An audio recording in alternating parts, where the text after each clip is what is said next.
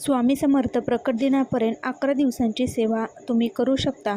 तर 31 मार्च ते 10 एप्रिलपर्यंत तुम्ही ही सेवा करायची आहे. म्हणजे आजपासून तुम्ही ह्या एक सेवा केली तरीही चालेल.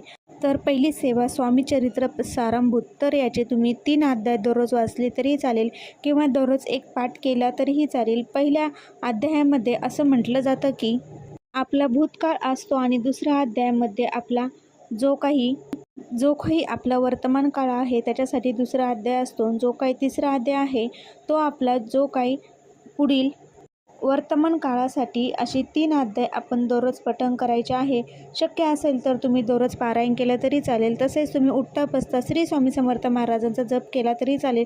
तुम्ही म्हणता तो लागू होईल का? तर स्वामी आपण कोणतीही मनापासून सेवा केलेली लागू करतात.